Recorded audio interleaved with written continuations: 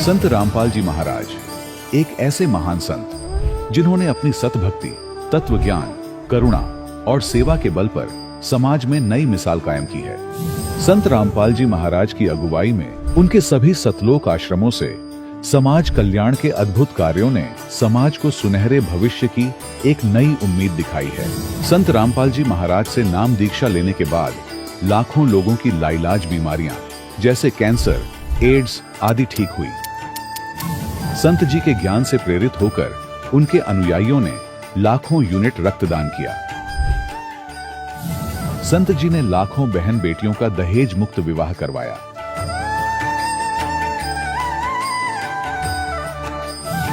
संत जी ने लाखों लोगों का नशा छुड़वाया, करोड़ों उजड़े परिवार बसे। संत जी के आश्रमों में समागम के दौरान निःशुल्क नेत्र चिकित्सा, दंत चिकित्सा प्रदान की जाती है। संत रामपाल जी महाराज द्वारा समय समय पर पर्यावरण संरक्षण के उद्देश्य से बड़े स्तर पर वृक्षारोपण किया जाता है। संत जी ने जरूरतमंदों को तत्काल राहत पहुंचाने के लिए एम्बुलेंस सेवा शुरू की। संत जी अपने अनुयायियों को देहदान के लिए प्रेरित करते हैं, जिससे मानवता की सेवा और चिकित्सा क्षेत्र में सुधार हो सके। संत रामपाल जी महाराज के सभी आश्रमों में हर रोज निःशुल्क भंडारा आयोजित किया जाता है, जहां हर वर्ग, हर जाति और हर धर्म के लोग एक साथ बैठकर भोजन करते हैं।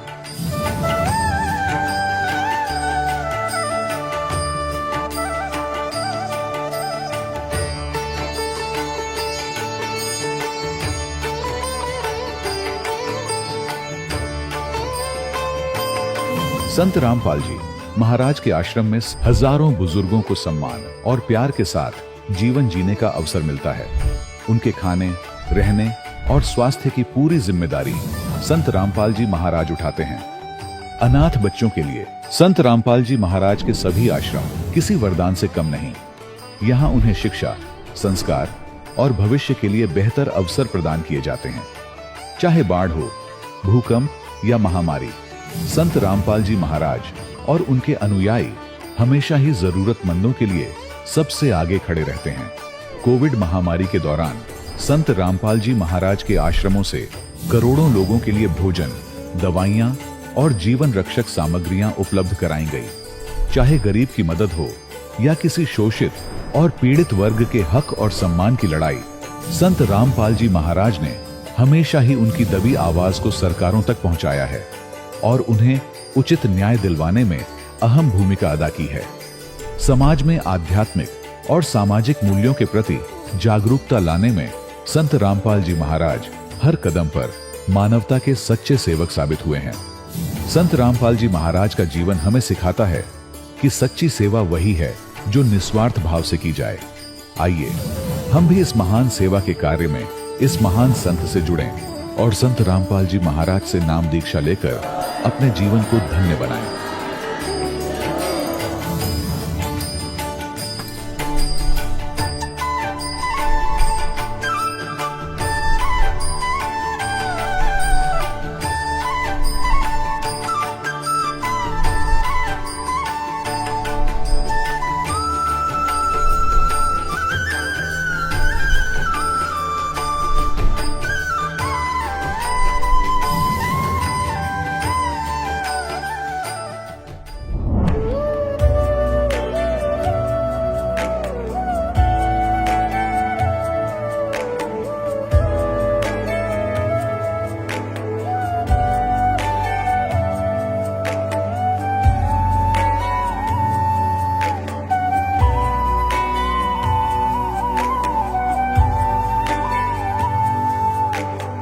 गीता 18 के श्लोक नंबर 62 में भगवान स्वयं कह रहे हैं कि अर्जुन उस परमेश्वर की शरण में जा जिसकी कृपा से परम शांति व शाश्वत स्थान अर्थात सतलोक को प्राप्त होगा।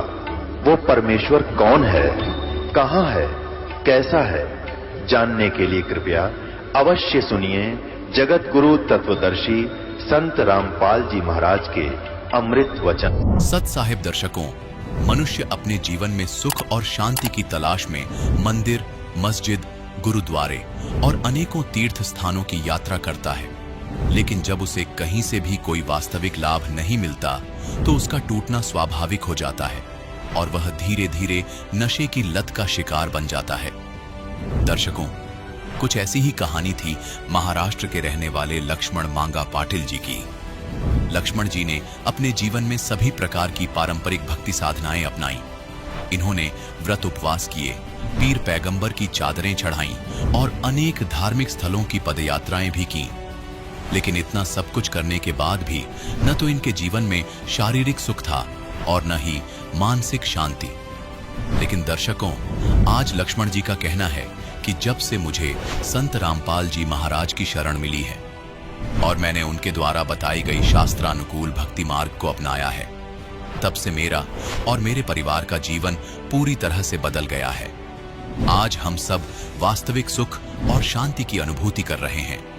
दर्शकों, आखिर संत रामपाल जी महाराज ने इनकी वर्षों पुरानी नशे की लत कैसे छुड़वा दी? वो लत जिसे छुड़ाने के लिए सरकारें करोड़ों रुपए खर्च करके अभियान चलाती हैं, लेकिन फिर भी पूरी तरह सफल नहीं हो पाती। आखिर क्या है इसके पीछे की सच्चाई? आइए सुनते हैं लक्ष्मण मांगा पाटिल जी की कहानी उन्हीं की जुबानी। सर नमस्कार। सर नमस्कार। सर क्या नाम है आपका? लक्ष्मण मंगा पाटिल ये मेरा नाम है सर। सर कहाँ से आए हैं आप? सर मैं महाराष्ट्र से बिलोंग करता हूँ, जलगांव डिस्ट्रिक्ट मुक्ताईनगर तहसील से हूँ। सर संत रामपाल जी महाराज जी की शरण में आने से पहले आप क्या भक्ति साधना करते थे? सर मैं संत रामपाल जी महाराज जी के शरण में आने से पहले मैं जो हमारे फैमिली वाले जो पारंपरिक रीति रिवाजों वाली चली आ रही भक्ति साधना है वही करता था। खास करके मैं दुर्गा जी की साधना करता था, जो कि मेरे परिवार वाले करते थे, क्योंकि मेरी माता जी के शरीर में दुर्गा जी प्रवेश करके आती थी और बहुत बड़ी सवारी आती थी। सवारी आने के बाद जो मेरी माता जी है वो कापूर की जो जत है जो हाथ पे जला के ऐसी मुंह में निकल लेती थी और ऐसे छोटे मोटे चमत्कार दुर्गा जी करती थी। उसके साथ साथ हमारे परिवार वाले जो हमारे इधर जो मुक्ताबाई नाम करके तहसील में संस्थान है, वहाँ पे हम हर साप्ताहिक महीने में एक बार एकादशी के दिन वहाँ पे पैदल जाते थे और एकादशी का व्रत भी करते थे।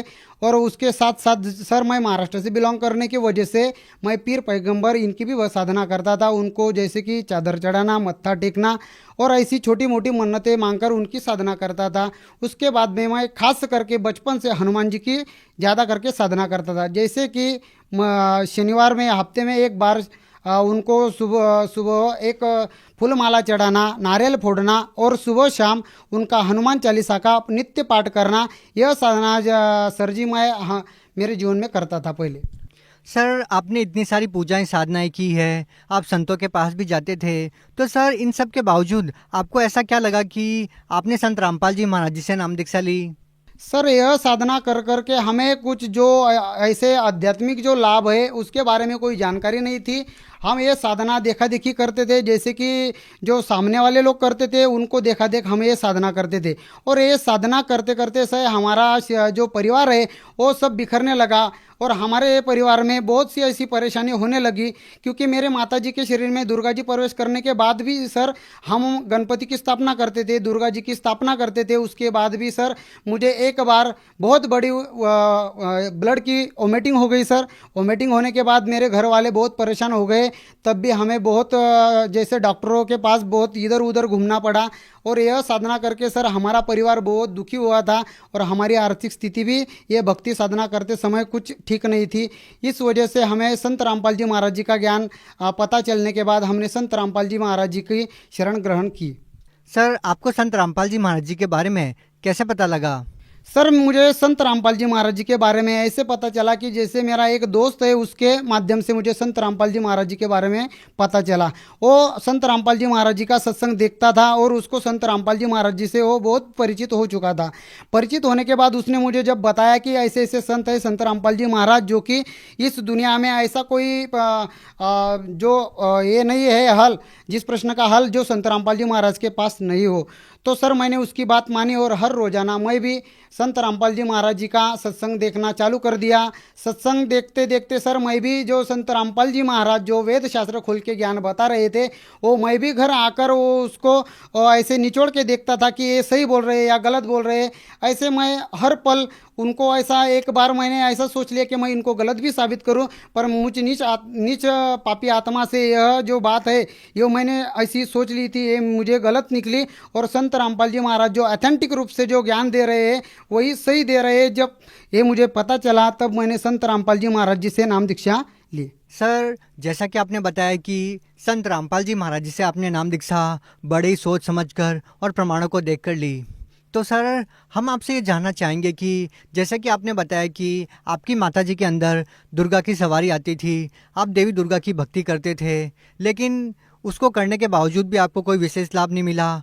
तो सर संत रामपाल जी महाराज जी से आपने नाम दीक्षा ली और संत रामपाल जी महाराज कबीर साहब को भगवान मानते हैं, परमात्मा मानते हैं, तो क्या कबीर साहब की भक्ति करने के बाद वो विशेष लाभ मिले जो आप पहले की साधना से चाहते थे? हाँ जी सर, मुझे वो जो लाभ जो हम दुर्गा जी की भक्ति करते थे, दुर्गा जी की साधना मेरी माताजी करती थी, उसकी वजह से मेरी माताजी को भी बहुत सारी बीमारियां हो गई थी। और वैसे तो हमें वो भक्ति साधना करते समय कुछ भी ऐसा लाभ क्या चीज़ है ये तो मालूम ही नहीं थी सर कि इस भक्ति से भी कुछ लाभ होगा, क्योंकि हमें वो दुर्गा जी की भक्ति करते समय ऐसा कुछ भी लाभ नहीं हुआ जो कि वो हमारे सांसारिक जीवन में हमें चाहिए। वो कुछ भी लाभ हमें दुर्गा जी की भक्ति करते समय नहीं हुआ। तो सर आपको कबीर साहब की भक्ति करने से क्या लाभ मिला? सर जब से हमें संत रामपाल जी महाराज जी की शरण ग्रहण की है उस दिन से मानो ऐसे बहुत से लाभ हो गए, वो मैं आपको डिटेल में बताना चाहता हूँ सर। जब मैं संत रामपाल जी महाराज जी का रोजाना सत्संग देख रहा था तो सत्संग देखते समय मैं जब ज्ञान की जो मेरी शुरुआत हो गई थी, ऐसा समझो मानो कि उस टाइम में मेरी जो पत्नी है वो गर्भवती थी और उसके गर्भ में जो मेरा जो बच्चा था वो बच्चा जिसको उसको गर्भ में जो पानी की कमतरता होने के कारण डॉक्टर ने बताया था कि ये जो बच्चा है ये उसको मिस कर जैसे काट के निकालना पड़ेगा, आभूषण करके निकालना पड़ेगा, ऐसा डॉक्टर ने बोल दिया था। सर मैं उस परेशानी से लेकर मैं बहुत अपसेट हो गया था कि अब इस परेशानी से हमें कौन निकालेगा। मैंने मेरे परिवार वालों को भी बोल दिया था कि अब इस परेशानी से हमें कौन छुटकारा देगा। तो सर मैं हर रोजाना संत रामपाल जी महाराज जी का जो सत्संग देखता था, सत्संग देखते समय मुझे जब यकीन हो गया कि यह संत पूर्ण संत है, तत्वदर्शी संत है, ये बंदी छोड़ है, तो ऐसा समझो सर कि मैंने संत रामपाल जी महाराज जी से शर्त लगा ली और उनको चैलेंज कर दिया कि अगर आप पूरे संत हो तो इस जो मैं इस दुविधा में जो अटका हुआ हूँ, इस परेशानी में जो मैं अभी अटक चुका हूँ, इस परेशानी से आप ही निकाल पाएंगे। तो देखिए सर 1 महीने में जब वो जो मेरी बीवी है और जब गर्भवती हो गई तो संत रामपाल जी महाराज जी की दया ऐसे हो गई कि आज वो जो बच्चा था जिसको डॉक्टर ने काट के निकालने का बोला था वो अभी बच्चा मुझे संत रामपाल जी महाराज जी की कृपा से बच्ची रूप में प्राप्त हो गया है। अभी वो जो बच्चा है उसको कोई भी बीमारी नहीं है, कुछ भी ऐसा प्रॉब्लम नहीं है और वो अच्छे ढंग से स्वस्थ रूप में ठीक है। दूसरा लाभ सर, मेरी माता जी को पैरालाइज का अटैक आ गया था। पैरालाइज का अटैक ऐसा आ गया सर कि उसका जो आधा शरीर है वो आधा शरीर टेढ़ा हो गया सर। आधा शरीर टेढ़ा होने के बाद हमारी माताजी ऐसा समझो कि जो मुख्य घर में जो स्तंभ रहता है वो मेन स्तंभ मेरी माताजी थी हमारे परिवार में। तो उसको ऐसे पैरालाइज का जो अटैक हुआ तो सर हमें ऐसा समझ में नहीं आ रहा था कि हम क्या करें। तो सर ऐसे करते समय मैंने संत रामपाल जी महाराज जी के आश्रम में फ़ोन लगवाया और वहाँ से गुरुजी से प्रार्थना की कि ऐसे ऐसे मेरे माताजी को प्रॉब्लम हुआ है। तो वहाँ से जवाब आ गया, संत रामपाल जी महाराज जी ने वहाँ से जवाब भेजा कि जो भक्ति साधना में संत रामपाल जी महाराज जो चरणामृत प्रसाद देते हैं वो प्रसाद उनको देने को बोल दिया। सर रात के 8 बजे थे, जो चरणामृत और प्रसाद है वो हमने मेरी माताजी को दिया और सर आपको मैं बता नहीं सकता, इतना बड़ा चमत्कार हो गया कि मेरी माताजी का जो पैरालाइज जो आधा शरीर पूरा टेढ़ा हो गया था वो शरीर अभी पूरे रूप से सुखरूप है। और जो मेरी माताजी हमसे रात भर में बात नहीं की, हम रात भर जागे और सुबह हमको 4 बजे नींद लग गई तो 8 बजे सर मेरी माताजी उसके खुद ऐसे बेड पे खड़ी हो गई और उठ के हमसे बात करने लगी। तब हमें एकदम अचानक ऐसा लगा कि सही में संत रामपाल जी महाराज पूर्ण रूप से पूर्ण गुरु है, तत्वदर्शी संत ही संत रामपाल जी महाराज है, वही बंदी छोड़े और उन्होंने हमें इस तकलीफ से बाहर निकाला। चौथा लाभ सर, हमारी जो आर्थिक स्थिति इतनी खराब थी कि हमारे पास, हम जो कमाते थे तो हमारे पास 1 रुपया भी नहीं बचता था। तो सर संत रामपाल जी महाराज जी की शरण हमने जिस दिन से ग्रहण की, तो सर आज परमात्मा ने हमारी आर्थिक स्थिति इतनी प्रबल कर दी कि हमें किसी चीज़ की किसी के पास मांगने की ज़रूरत नहीं पड़ती है, और आज हमारी आर्थिक स्थिति और ठीक भी है। पांचवा लाभ जो मुझे हमारे परिवार को संत रामपाल जी महाराज जी ने ये दिया सर, कि हम दूसरे के खेती में काम करने जाते थे सर, संत रामपाल जी महाराज जी की कृपा से आज हमारा खुद का खेत है, और हमारे खुद के खेत में हम अनाज बो रहे हैं, और वहीं पे हमारा जो गुजारा चल रहा है। ये संत रामपाल जी महाराज जी की शरण ग्रहण करने के बाद हमें यह लाभ हो गए सर। सर मैं बहुत नशेड़ी आदमी था सर, मुझे बहुत बड़ा नशा की लत लग गई थी। मैं नशा करते समय सर ऐसा मानो कि मैं दिन में 200-250 रुपए की गुटखा की पूड़ी खा लेता सर। गुटखा की पूड़ी खाने के बाद जो मेरे पेट में दर्द होता था, होते समय मैं किसी को बता नहीं पाता था, मेरे परिवार वाले को बता नहीं पाता था, क्योंकि वो मुझ पे चिका मारते थे, इसलिए मैं उनको नहीं बताता था। और गुटखा खाते समय सर मैं सिगरेट भी पीता था छुपके, घर वालों के छुपके से। और मुझे शराब की लत इतनी बड़ी लग गई सर कि मैं हर रोज़ाना शराब पीने लगा। शराब पीते समय मैं रात को जैसे कि मानो सर मैं हमारे महाराष्ट्र से जो इलेक्ट्रिसिटी बोर्ड है वहाँ पे मैं काम पे हूँ, तो मैं रात को 10-11 बजे वहाँ से ड्यूटी छूट के आता था, तो मैं रात के 10-11 बजे बहुत नशा कर शराब पी के आता था। तो मेरे घर वाले मुझे बहुत समझाते थे कि भाई देख तू ये नशा छोड़ दे, अभी तेरी जो फैमिली है वो अच्छी है, वो फैमिली को तू संभाल ले। पर सर मैं किसी की बात मानता नहीं था, उनकी बात टाल लेता था, और हर रोज़ाना बस 1-2 दिन में मैं चुपचाप रहता था, फिर बाद में वही रिपीट कर लेता था। मैं अकेला जाता था, मैं किसी को लेके नहीं जाता था। मैं रोज़ शराब पी के आता था, और मेरे बीवी के साथ भी मेरा कुछ अनबनी बनी रहती थी, वो भी मेरे वास्ते बहुत डिस्टर्ब हो गई थी सर। तो मैं शराब पीते पीते मेरे शरीर में ऐसी छोटी मोटी बहुत बीमारियां हो रही थी सर। मेरा पेट दुखना, जैसे बुखार आना, तब भी मैं ये नशा नहीं छोड़ पा रहा था। तो सर संत रामपाल जी महाराज जी की मुझ पे ऐसी दया हो गई सर, कि संत रामपाल जी महाराज जी से जब मैंने ज्ञान सुना, ज्ञान से परिचित हुआ, और ज्ञान सुनने के बाद सर मुझे ऐसा लगा कि अभी ये जो चीज़ मैं कर रहा हूँ, इससे महापाप तो मेरी ज़िंदगी में मैंने कुछ भी नहीं किया। और जिस दिन से सर मैंने संत रामपाल जी महाराज जी की शरण ग्रहण की, उस दिन से आज तक है मैंने ना कभी शराब पी है, ना मैं शराब को कभी छूता हूँ। और आज अभी ऐसा हो गया है कि उस चीज़ से तो मुझे इतनी घृणा आती है कि अगर मेरे सामने अगर कोई खाता है पीता है तो मुझे ऐसा उल्टी जैसा होता है कि इस चीज़ से जैसे 500 फुट दूर ही रहूँ। सर देखिए, आज के आधुनिक दौर में आज की युवा पीढ़ी इन चीज़ों में विश्वास नहीं करती कि किसी संत के आशीर्वाद से या मंत्रों के जाप से इस तरह के लाभ मिलते हैं। तो आप उन लोगों को कैसे विश्वास दिलाएंगे, क्या कहना चाहेंगे?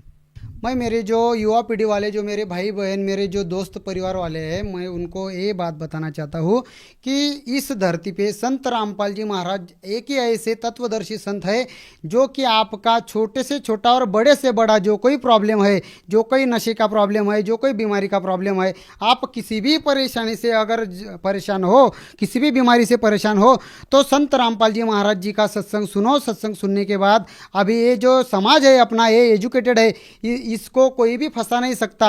आप इसकी जांच पड़ताल कर सकते हो। जांच पड़ताल करने के बाद आप तत्वदर्शी संत रामपाल जी महाराज जी से जिस दिन नाम दीक्षा ले लेंगे, आपको उसी टाइम में, उसी दिन से जो अपने परेशानी से छुटकारा पाने का जो सोच लिया है, उससे आप छुटकारा पा सकते हो।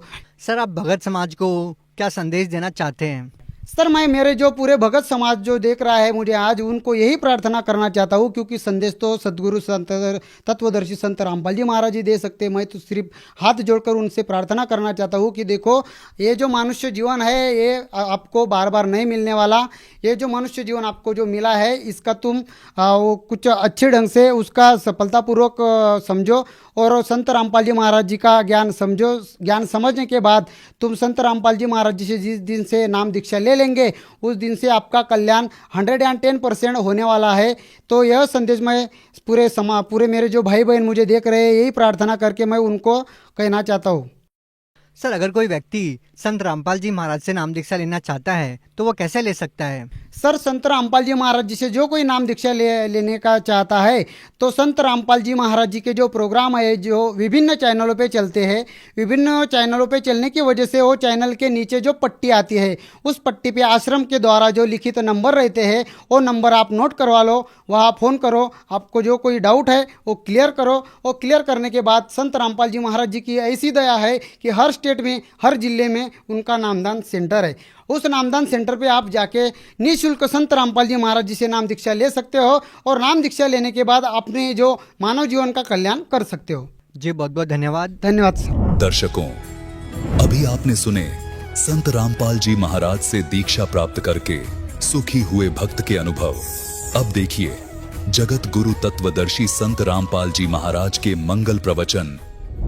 हजरत मोहम्मद का जो खुदा है वो कह रहा है हजरत मोहम्मद को, जो कुरान शरीफ का ज्ञान दाता है, वो कह रहा है कि मैं तुझे जिस कबीर नामक अल्लाह के विषय में जानकारी दे रहा हूं, ये वो परमात्मा है जिसने सारी सृष्टि की रचना की है और जिसने 6 दिन में सब सृष्टि रची और 7वें दिन तख्त पर जा बैठा, ये कबीर नामक अल्लाह है और ये पाप नाशक है। ये अपने भक्तों के, अपने उपासकों के गुनाहों को भी खूब खबरदार है, खूब जानता है, उनको नाश कर सकता है। तो उसकी खबर, जिसने 6 दिन में सृष्टि रची, 7वें दिन तख्त पर जा विराजा, वो परमात्मा कबीर है। उसकी खबर किसी बाखबर से पूछ देखो। बाखबर माने तत्वदर्शी संत से, यानी वेल नोन, पूर्ण परिचित परमात्मा का पूर्ण परिचित संत हो, उससे पूछो।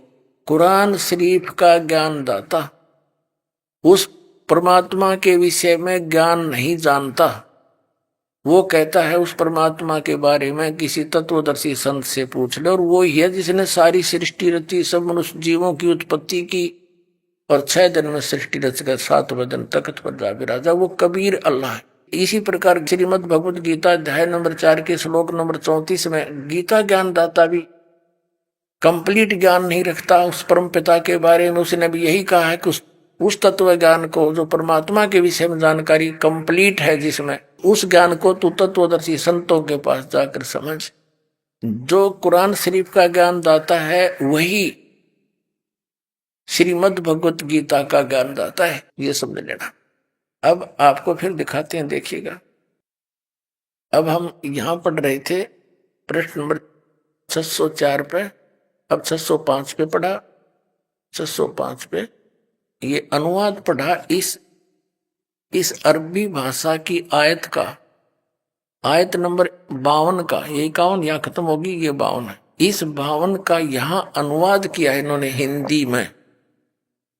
अब कुरान शरीफ का ज्ञानदाता कहता है, तो ए पैगंबर यानी ए हजरत मोहम्मद, तू काफिरों का कहा ना मानना। जो कबीर को परमात्मा नहीं मानते वह काफिर हैं। वो अन्य देवी देवताओं की पूजा करते हैं, बुतों की, जो ना उनको लाभ दे सकते ना हानि कर सकते। तो काफिरों का कहा ना मानना। और इस कुरान यानी कुरान की दलीलों से जो मैं तुझे ज्ञान दे रहा हूं से उनका बड़े सामना जोर से करना। अब जिहाद माने झगड़ा नहीं है। अब इसका अर्थ क्या पुण्यात्माओं, कि कुरान शरीफ का ज्ञानदाता कह रहा है कि जो कबीर नामक अल्लाह है वो पूर्ण परमात्मा है, समर्थ है। और ये जो काफिर हैं, अन्य उपासना करते हैं, ये उसको भगवान नहीं मानते। तू इनकी बात में मत आना और इनके साथ डटकर मुकाबला करना, झगड़ा नहीं करना, यानी इनकी बात नहीं मानना। सीधी सी बात है, वो कबीर परमात्मा के लिए तू संघर्ष करना। अब आगे देखो, अब आयत नंबर 52 का हमने सुन लिया। 53 का अनुवाद देखेंगे 607 प्रश्न पे, इन्हीं का किया हुआ है। ये 53वीं आयत यहां शुरू होती है। और वो कबीर नामक अल्लाह जिसके विषय में चली है बात 52 में, तो वो उसके विषय में कहा कि और वही है जिसने, वो कबीर नामक अल्लाह वही है जिसने 2 दरियाओं को मिला चलाया, एक का पानी मीठा प्यास बुझाने वाला और एक का खारी और कड़वा, और दोनों में एक आड़ और मजबूत रोक बना दी। अब 54 नंबर आयत में क्या कहा, और वही है जिसने पानी की बूंद से आदमी को पैदा किया, फिर उसको साहिबे नसब यानी किसी का बेटा या बेटी, और ससुराल वाला यानी किसी का दामाद बहू बनाया। और तुम्हारा परवरदिगार हर चीज करने पर शक्तिमान है। और काफिर अल्लाह के सिवाय ऐसों को पूजते हैं, अन्य देवताओं को, जो न उनको नफा पहुंचा सकते हैं और न उनको नुकसान पहुंचा सकते हैं। और काफिर तो अपने परवरदिगार से पीठ दिए हुए हैं, मुंह मोड़े हुए हैं। ए पुणात्माओं, ये कुरान शरीफ का ज्ञान हजरत मोहम्मद का खुदा उसको बता रहा, ये मुसलमानों का खुदा है जो पवित्र कुरान शरीफ का ज्ञान दाता है। ये ध्यान रखना, जिसे निष्कर्ष निकलेगा। फिर देखना, अब चम्मन हमने 55 पढ़ ली। काफिर तो अपने परवरदिगार से मुंह मोड़े हुए हैं, अन्य उपासना करते। अब 56 में, ए पैगंबर, हमने तुमको खुशखबरी सुनाने और सिर्फ अजाब से डराने के लिए भेजा है। और 57 में, इन लोगों से कहो कि मैं तुमसे इस अल्लाह के हुक्म पर कुछ मजदूरी नहीं मांगता। हाँ, जो चाहे अपने परवरदिगार तक पहुंचने की राह इख्तियार कर ले। अब 58 नंबर में, ए पैगंबर, उस जिंदा, इसका अर्थ कर दिया जिंदा के न चैतन्य, ये जिंदा महात्मा के रूप में परमात्मा कबीर जी मिले थे। वो उस जिंदा पर भरोसा रखो जो कभी मरने वाला नहीं है, अर्थात वो अविनाशी है। और तारीफ के साथ उसकी पाकी बयान करते रहो और अपने बंदों के गुनाहों से अर्थात पापों से वह काफी, इन्होंने ये कबीर का अर्थ यहाँ काफी कर दिया। यह लिखना था, वह कबीर खबरदार है, वो खूब जानता है। ये 58 नंबर आयत है। यहां दिए इधर 58 नंबर में यो खबीरा शब्द लिखा है। इवाद ही यू कबीर कहो से खबीर कहो, थोड़ा बोलने में फर्क हो, जैसे अपने लोकल भाषा में फर्क हो जाता है। जैसे पलवल साइड में लोकल व्यक्ति वहां के पलवल को परवर बोलते हैं, परवर, वो पलवल नहीं कहते, परवर। और दरिया को वो दरिया बोलते हैं, दरिया। लय को रे बोलते हैं, तो है मतलब वही। तो ऐसे इस भाषा में थोड़ा बहुत अंतर होने से खबीरा लिख दिया। यो है कबीरा, कबीरा को से खबीरा एक ही बात। देखना, ये इवाद ही कबीरा है। ये क्या लिखा है कि वा कफा बिही बिजुनुबी इवाद ही खबीरा। इवाद ही माने पूजा के योग्य, पूजा करण जोगा, भक्ति करण जोगा, तो वो कबीर है। यानी इवाद ही, जैसे कहते हैं ना इबादत, इबादत माने पूजा, इबादत ही माने पूजनीय, वो खबीरा यानी कबीर परमात्मा है। और इसका अर्थ यहाँ किया है, देखना इस 58 का यहाँ अर्थ किया है इन्होंने। ये 58वां है यहाँ से। ए पैगंबर, उस जिंदा पे भरोसा रखो जो कभी मरने वाला नहीं है, और तारीफ के साथ उसकी पाकी बयान करते रहो, उसकी पवित्रता, उसी की महिमा का गुणगान कर, और अपने बंदों के गुनाहों से वह कबीर। इसने कबीर का इन्होंने काफी कर दिया। खबीर का काफी माने बहुत घना बड़ा, वो खबरदार है, वो कबीर खूब खबरदार है, खूब जानता है। पुण्यात्माओं, जैसे परमात्मा कबीर जी ने कहा है, कबीर परमेश्वर अपनी प्यारी आत्माओं को मिलते, उनका नियम है, उनके गुण हैं। तो हमने हिंदू, मुसलमान, सिख, ईसाई, जैनी आदि कितने भी धर्म बना लिए हों, लेकिन हम सब बच्चे तो उसी परमात्मा के हैं। अब जो भी यूं दिखाई देता पिछला पुनकर्मी प्राणी है और इसने काल दुरुपयोग करेगा। जैसे ये राधा स्वामी वाली पुण्यात्मा अच्छी आत्मा के व्यक्ति थे, काल के कब्जे में आ गए, करोड़ों जीव बर्बाद करवा दिए, उनको परम धनी सिद्ध करके उनकी पूंजी कमाई का नाश करवा दिया, भक्तिहीन बना दिए, आगे साधना ठीक थी नहीं। तो क्या बताता है कि परमात्मा कहते हम मोहम्मद के पास गए थे, हजरत मोहम्मद के पास। हम मोहम्मद को वहां ले गयो ऊपर, इच्छा रूपी वहां नहीं रहो, उल्ट मोहम्मद मैल पठाया, गुज बीरज एक कलमा लाया, रोजा बंग नमाज दे रे, बिस्मल की नहीं बात कही रे। फिर क्या बताते हैं कि मारी शब्द गऊ कै तीरम, ऐसे होते मोहम्मद पीरम।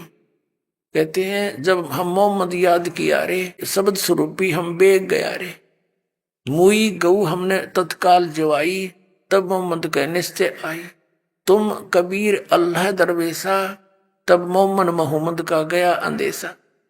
परमात्मा कहते हैं कि नबी मोहम्मद नमस्कार है राम रसूल का आया, 1,80,000 को सौगंध जिन नहीं कर चलाया, अरस कुरस पर अल्लाह तकत है, अरस कुरस पर आसमान के आखिरी छोर पर परमात्मा का तकत है, और खालिक बिन नहीं खाली, उसकी नजर से उसकी दृष्टि से कोई जीव बचा नहीं है, भले ही वो कितनी दूर बैठा है। अरस कुरस पर अल्लाह तकत है, खालिक बिन नहीं खाली, और वह पैगंबर पाक पुरुष थे साहिब के अब्दाली, हजरत मोहम्मद, और उसके 1,80,000 मुसलमान बने थे, कति सही खरे मुसलमान। वो शराब मांस तमाकू कभी छूते नहीं थे, ब्याज तक लेना भी अलाउड नहीं था। हजरत मोहम्मद के नियमों को पढ़कर देखो तो क्या वो मांस खाते थे? ये तो बाद माँ के बिजली गिरा है, ये जीव के चठोरा ने काम बिगाड़ा। अब जैसे पवित्र हिंदू धर्म मुसलमान धर्म का इसलिए विरोध करता था कि वो मांस खाते थे, अब हिंदू धर्म में बिजली गिर गई, और सिख धर्म में कोई मांस का कोई नामो निशान इस ग्रंथ साहिब में लिखा हो कि तभी मांस खा लो। शराब और मांस तो इनके लिए गाजर मूड़ी होगी। तो ऐसे समय आने पर उन पवित्र धर्मों में इन काल की प्रेरणा से ऐसे कुरीतियां शुरू हो जाती हैं। तो उस समय ये ऐसा नहीं था। तो यहाँ क्या बता रहा है कि हजरत मोहम्मद का खुदा यानी कुरान शरीफ का ज्ञान दाता। अब क्या कह रहे हैं, हम फिर से उस चैप्टर पर आते देखिए, ये आयत नंबर 58 हम फिर से पढ़ेंगे। हे पैगंबर, उस जिंदा पर भरोसा रखो। यो चैतन्य तक आप लिख दिया, अपने अनुवाद कर दिया। उस जिंदा पर भरोसा रखो जो जिंदा महात्मा के रूप में तुझे मिला था, जो कभी मरने वाला नहीं है, यानी अविनाशी है वो।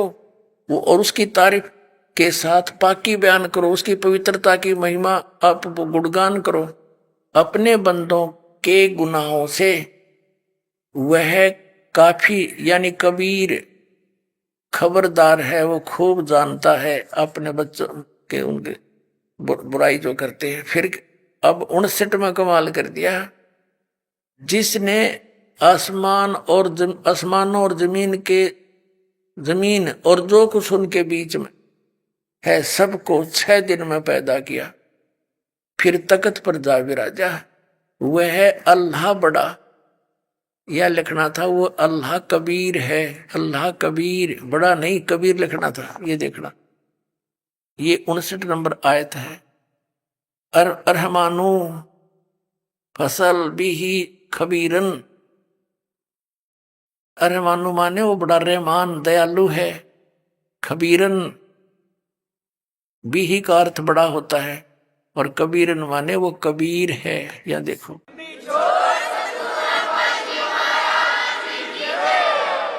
ये लिखा है कि वो बड़ा रहमान है, जिसने आसमानों और जमीन और जो कुछ उनके बीच में है सबको 6 दिन में पैदा किया, फिर तख्त पर जा विराजा। वह अल्लाह बड़ा, वह अल्लाह कबीर रहमान है, दयालु है। तो उसकी खबर किसी बाखबर यानी इल्म वाले से, तत्वदर्शी संत से पूछ देखो। ये 59 नंबर आयत है। पुण्यात्मा, इन दोनों पवित्र सदग्रंथों ने रल मिलकर, पवित्र बाइबल ने, पवित्र कुरान शरीफ ने रल मिलकर यह सिद्ध कर दिया कि परमात्मा साकार है, नर आकार है, सह शरीर है, उसका नाम कबीर है। अब 2 धर्मों के सदग्रंथों ने तो सिद्ध कर दिया। अब अपने हिंदू धर्म के, पवित्र हिंदू धर्म के उन पवित्र सदग्रंथों में सिद्ध करते हैं कि परमात्मा कैसा है, उसका नाम क्या है। पवित्र वेदों में, अब ऋग्वेद के 4-5 श्लोक है, कति कंसेप्ट क्लियर कर देंगे कि वो कबीर परमात्मा है और वो मनुष्य जैसा है और वो ऊपर तीसरे मुक्ति धाम में यानी धूलोक के तीसरे पृष्ठ पर रहता है और उसका बंदी छोड़ नाम है कबीर बंदी छोड़ पाप नाशक है। अभी दिखाते हैं, देखिएगा। ये है ऋग्वेद मंडल नंबर 9 और 10 इकट्ठा ही अनुवाद है और ये अनुवाद भी पुण्यात्माओं एक और कमाल की बात है। इस पवित्र ऋग्वेद के अनुवाद करता भी वही व्यक्ति है जो भगवान को निराकार मानते हैं और अपने हाथ से परमात्मा ने इनकी कर कमल से लिखवा दिया, दाता ने आपके लिए रहम करा और स्पष्ट करवा दिया। ये आर्य समाज महर्षि दयानंद सरस्वती द्वारा आर्य समाज की स्थापना हुई और महर्षि दयानंद के ही चेलों ने और महर्षि दयानंद ने वेदों का अनुवाद कर रखा और महर्षि दयानंद और उसके अनुयायी परमात्मा को निराकार मानते हैं, वो किसी अवतार को भी नहीं मानते और अपने कर कमलों से लिखा हुआ है वो परमात्मा मनुष्य राजा के समान देखने जोगा है, ऊपर के लोक में रहता है। जबकि इन आर्य समाज और महर्षि दयानंद का विधान है कि परमात्मा एक देशीय नहीं है और वो वेदों को सत्य मानते हैं, वेदों में जो लिखा वो फाइनल है। तो ये दास अनुवाद करता इनका, वो तो करना ही है और कर भी रखा दास ने, लेकिन किससे का नहीं जच्चा हो। आपको तो चलो यकीन हो जाता है क्योंकि आप तो परमात्मा के बच्चे हो, इतने प्रमाण देखकर मानोगे कि गुरु संत ये दास जो बोल रहा है सारी सच्ची है। लेकिन आम व्यक्ति को आप नहीं जचा सकते थे। वो ये कहते कि वेदों का अनुवाद अपने अपने हिसाब से सब ने कर रखा है, इसका सही किसी ने भी पता नहीं। अब यह भी गुंजाइश ना छोड़ी कि उन्हीं के कर कमलों से लिखा हुआ है और हम उसको मानते परमात्मा साकार, वेदों में अनुवाद उन्हीं का किया हुआ है और सच्चाई है। तो परमात्मा ने उनकी बुद्धि पर पत्थर डाल दिए उस समय जब ये 5-4 श्लोक अनुवाद किए ना, बाकी तड़ंगा कर रखे, इन्होंने पूरे वेदों का अनुवाद ठीक से किया ही नहीं। ये आपके लिए मेहर की दाता ने, नहीं तो कहा आपके गुरुजी ने संस्कृत आती नहीं, वो कहे कि वेदों का अनुवाद करेगा, बेकार रहा तुम्हें। अब इन इंजीनियरा पे करवा दिया अनुवाद इसका, इन शास्त्रीय पे। अब देखिएगा, प्रकाशक है सार्वदेशिक आर्य प्रतिनिधि सभा, महर्षि दयानंद भवन, रामलीला मैदान, नई दिल्ली। ये इनके फोन और फैक्स नंबर है। मुद्रक है Prince offset printers, 1510 Pataudi house, Daryaganj, नई दिल्ली।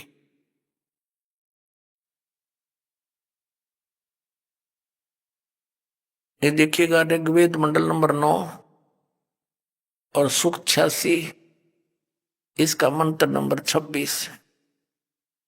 यज्ञ करने वाले यजमानों के लिए परमात्मा अर्थात यज्ञ माने धार्मिक अनुष्ठान यानी भक्ति साधना करने वाले यजमान माने भक्त, भक्तों के लिए परमात्मा सब रास्तों को सुगम करता हुआ और उनके विघ्नों को मर्दन करता है, नाश करता है उनके संकटों का, उनको पवित्र करता हुआ और अपने रूप को सरल करता हुआ वह कांति में परमात्मा।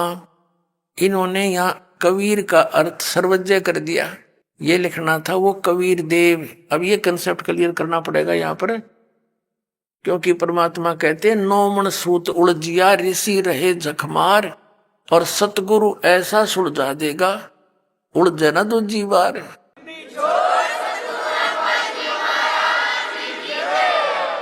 अब देखना, ये यजुर्वेद है, यानी महर्षि दयानंद द्वारा इसका अनुवाद है और ये कहां से प्रकाशित है? वही सार्वदेशिक प्रकाशक है सार्वदेशिक आर्य प्रतिनिधि सभा 2/5 महर्षि दयानंद भवन, रामलीला मैदान, नई दिल्ली। और महर्षि दयानंद द्वारा इसका अनुवाद है। मुद्रक है Prince offset printers, 1510 Pataudi house, नई दिल्ली, दरियागंज, नई दिल्ली।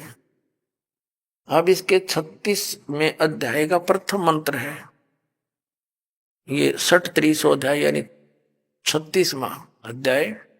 यजुर्वेद भाषा भाष्य, ये 36वां अध्याय है। ये प्रथम मंत्र है। रेचम वाच्यम परपदे मनो यजु परपदे, ये यजु शब्द है। ये यजु शब्द है, एक दो अपसर्ग लगा रखे हैं इसके। इसका यहां अनुवाद है इसी में। महर्षि दानंद ने किया है यजु माने यजुर्वेद। बिल्कुल सही है, क्योंकि यजुर्वेद की महिमा बोली जा रही है तो यजु लिखा है। यजु का अर्थ अंडरस्टूड है कि यजुर्वेद के बारे में जानकारी है। तो जहां पर इन्होंने कवि कर दिया, कबीर का अर्थ कवि कर दिया, तो उसका अर्थ है कबीर देव। वो लिखना पड़ेगा। जहां प्रसंग बस परमात्मा की जहां महिमा चल रही होगी तो लिखना पड़ेगा कबीर का अर्थ कबीर देव। और जहां काव्यकार की महिमा में वहां कवि शब्द प्रयोग है तो वहां काव्यकार लिखना पड़ेगा। सर्वज्ञ का तो इसमें मतलब है नहीं लिखने का, कोई कवि सर्वज्ञ हुआ ही नहीं है। अब ये अंडरस्टूड होगा।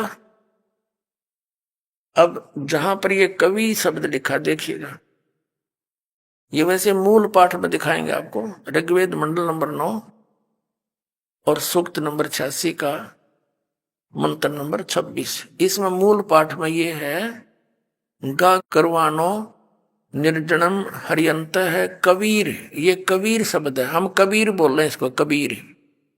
और इन्होंने इसको संधि छेद करके ऐसे लिख दिया। लिखना पड़ेगा हमने वो कबीर देव है, क्योंकि परमात्मा की महिमा चल रही है यहाँ पर, परमात्मा की, वो किसी कवि की नहीं है।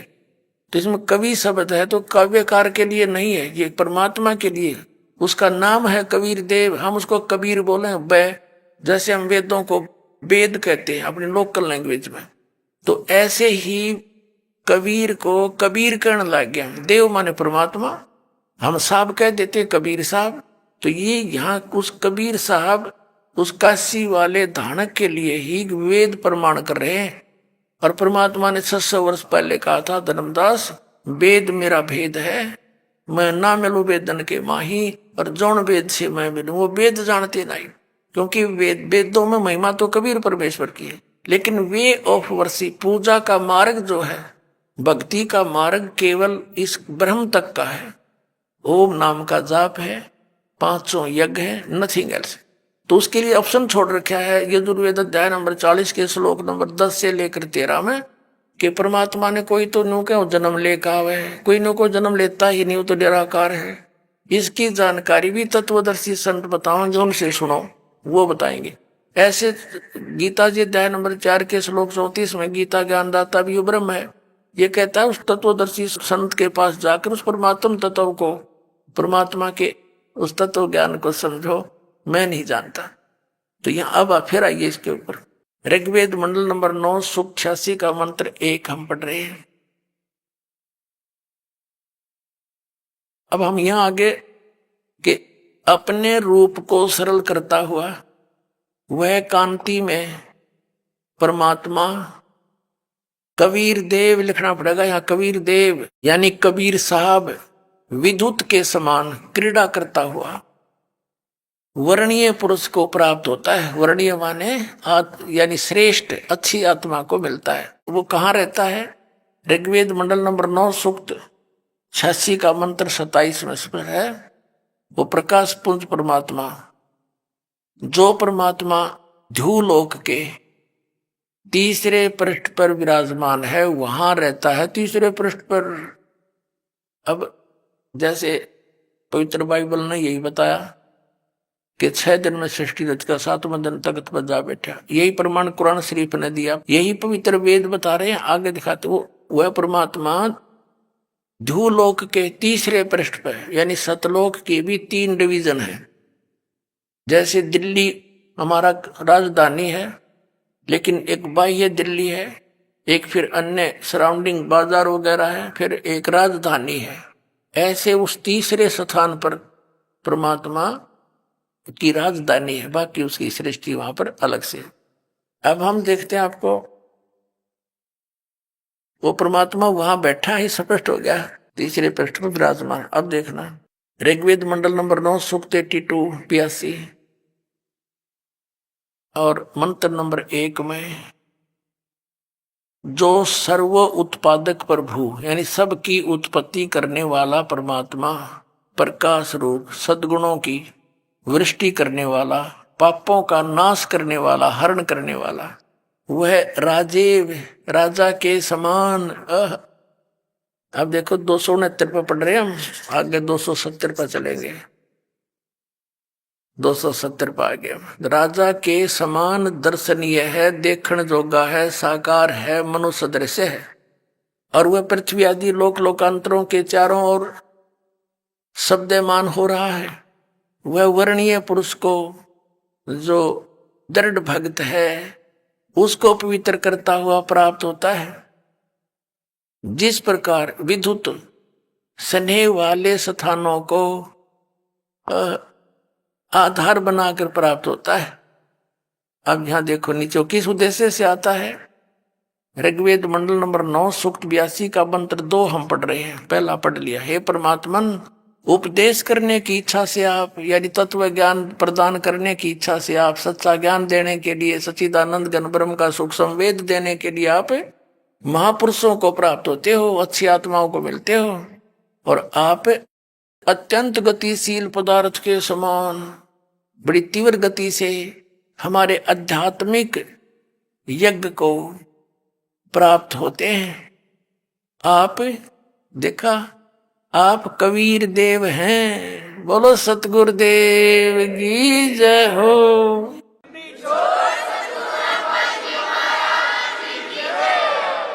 आगे देखें, आप कबीर देव हैं, कबीर साहब हैं, शुद्ध स्वरूप हैं। हमारे पापों को दूर करके हे अमर परमात्मा आप हमको सुख दे। अपने आत्माओं, अब क्या सिद्ध हुआ कि परमात्मा मनुष्य दृश्य है, और जैसा कि पवित्र बाइबल ने, पवित्र कुरान शरीफ ने बताया, ऐसे ही पवित्र वेदों ने बताया कि वो परमात्मा धूलोक के तीसरे पृष्ठ पर, यानी ऊपर तेजो में, धूलोक माने तेजो में, लोक में वो परमात्मा विराजमान है। और मनुष्य दृश्य है, राजा के समान दर्शनीय है, वहां से चलकर आता है, अच्छी आत्माओं को मिलता है। तो ये लीला करी किसने है? परमेश्वर कबीर साहब ने, काशी वाले दानक परमात्मा ने, काशी वाले जुल्हे ने की। तो who is God? Kabir is God. अपना तुम ये कंसेप्ट क्लियर हुआ, परमात्मा सह शरीर है। और पवित्र गुरु ग्रंथ साहिब के अंदर भी प्रमाण है कि परमात्मा मनुष्य दृश्य है, वो साकार है, और उसका नाम कबीर है। 721 पृष्ठ पर लिखा है कि एक अर्ज गुप्तम पेश तोदर कून करतार, हक्का कबीर करीब तू बे अप्रवर्दिगार है। कून करतार शब्द स्वरूपी राम है। हक्का कबीर माने तू सत कबीर, अविनाशी कबीर, तू परवरदिगार है। प्रश्न नंबर 24 पे लिखा है गुरु ग्रंथ साहिब के अंदर, फाई सूरत मनुकी वेश, ए ठगवाड़ा ठगी देश, खरा सियाणा बहुता बार, ये धानक रूप रहा करतार। काशी में परमात्मा को देखकर नानक साहिब ने कहा था। अपना आत्मा, ये तो कंसेप्ट क्लियर हो गया कि कबीर इज गॉड। और वेदों में यहां तक लिखा है कि उसको बंदी छोड़ कहते हैं, वो कबीर बंदी छोड़ है। देखना, ये यजुर्वेद, ये वही यजुर्वेद है महर्षि दानव सरस्वती द्वारा अनुवादित। प्रकाशक है सार्वदेशिक आर्य प्रतिनिधि सभा 2/5 महर्षि दान भवन का रामला मैदान, नई दिल्ली। ये महर्षि दानव सरस्वती कृत, ये वहीं से प्रकाशित है। अब इसके अध्याय नंबर 5 के और श्लोक नंबर 32 को आपको दिखाते हैं। ये देखना, 5वां अध्याय 5वां अध्याय यजुर्वेद भाष्य में यह है 5वें अध्याय का ये 32वां श्लोक है। 32वां, इसमें क्या लिखा है? उसी असी कबीर अंगारी असी, इसको कबीर कहो, कबीर कहो, कबीर अंगारी असी, बंभारी असी, बंभारी अवसुर असी, दोषवान सुधन्यो असी। और फिर यहाँ क्या दिखा है? रत धामा सवर ज्योति।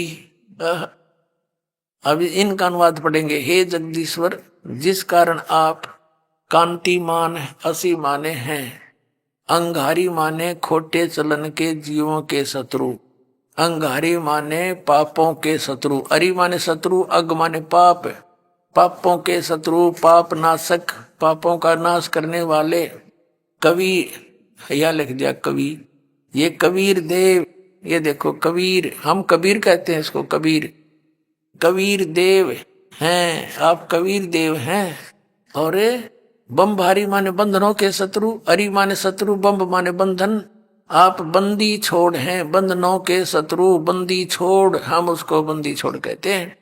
और आप रत धामा, सवर ज्योति, सवर ज्योति माने स्वयं प्रकाशित लोक में, लोक है कौन सा, रत धामा, सत धाम युक्त, असी माने हैं। रत माने सत्य, ये लिखे रहे हैं खुद अर्थ, रत माने सत्य और धाम का अर्थ धाम लिख दिया, हम लोक कहते हैं। आप सतलोक में रहने वाले हो, आप सतलोकवासी हो, सतलोक में रहने वाले हो, रित धामा।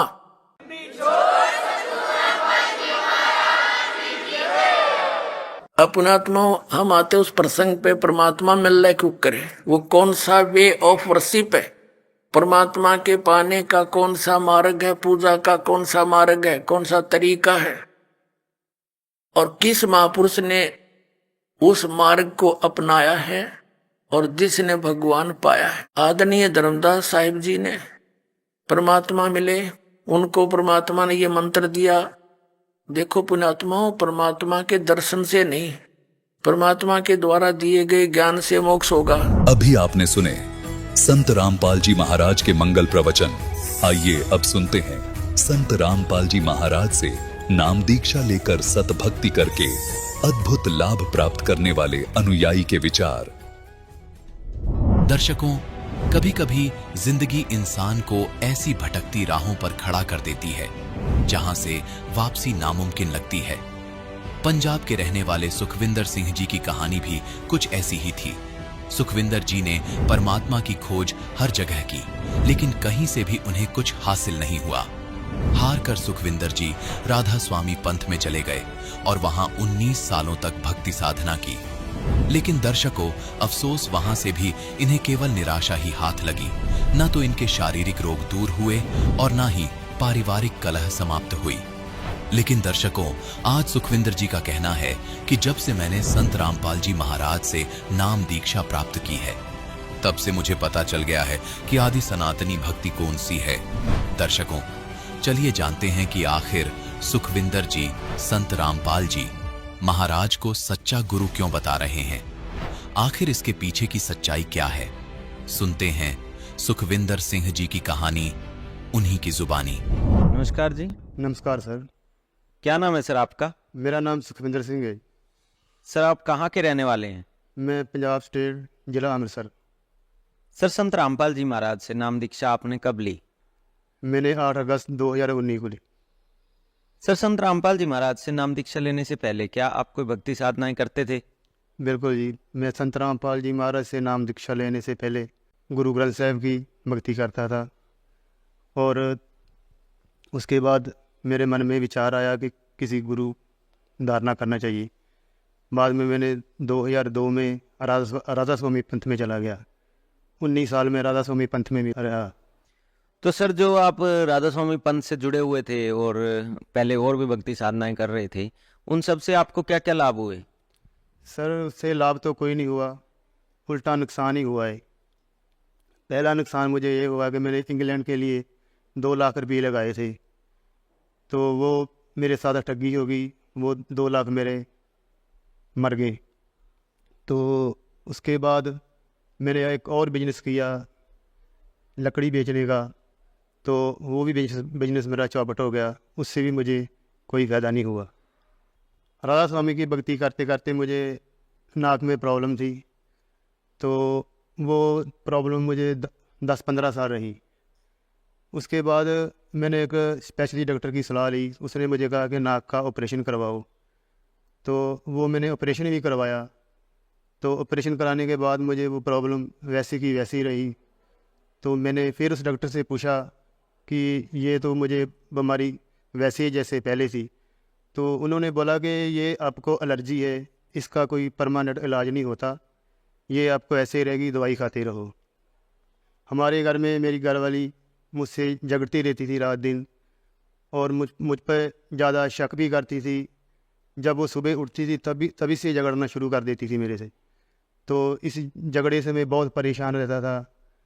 तो सर आपने बताया कि आप पहले भक्ति साधनाएं करते थे, राधा स्वामी पंथ से भी आप जुड़े हुए थे, आपकी वाइफ के साथ आपका झगड़ा रहता था, और उसके अलावा आपकी नाक की प्रॉब्लम थी, एलर्जी थी, साथ ही साथ आपके साथ जो आर्थिक स्थिति थी उसमें भी आपको प्रॉब्लम्स आ रही थी, आपका बिजनेस जो है वो चौपट हो गया।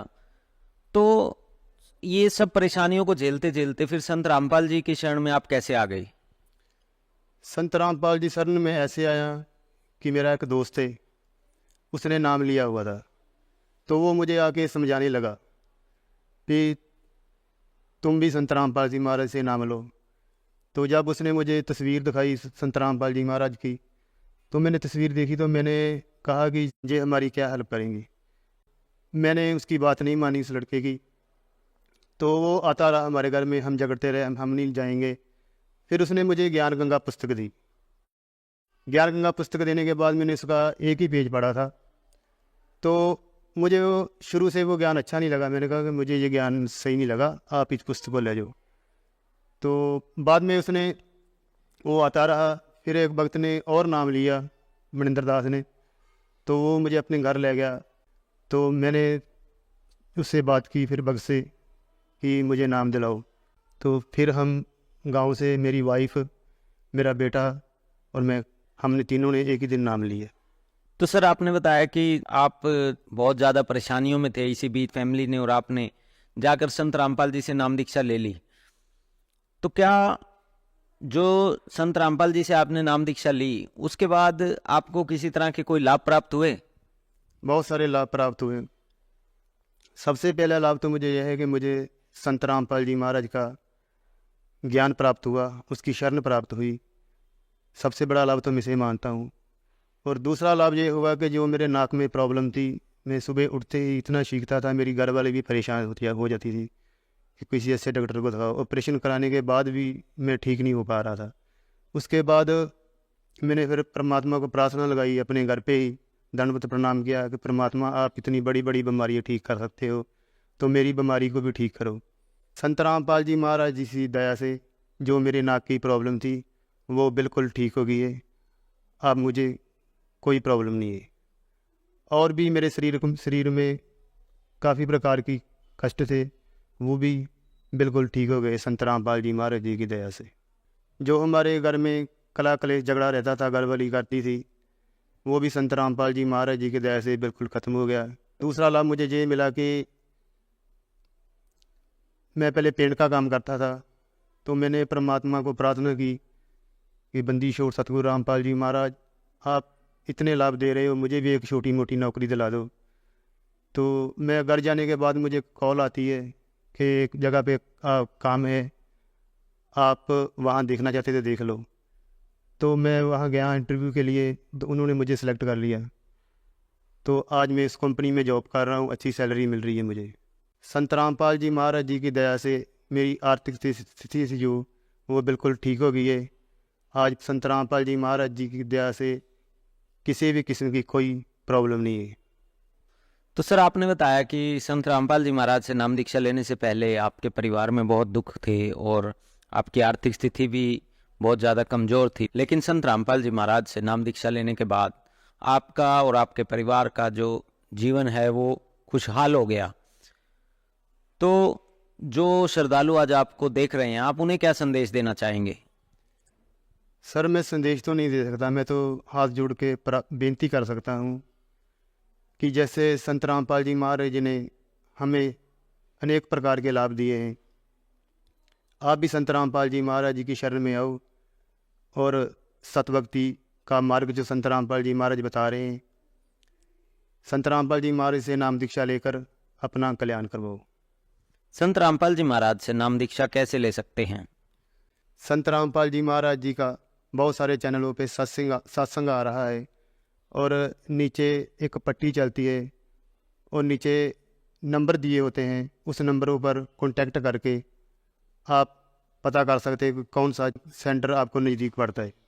उस नामदान केंद्र पर जाकर आप संत रामपाल जी महाराज से नाम दीक्षा ले सकते हैं। धन्यवाद सर। सत साई।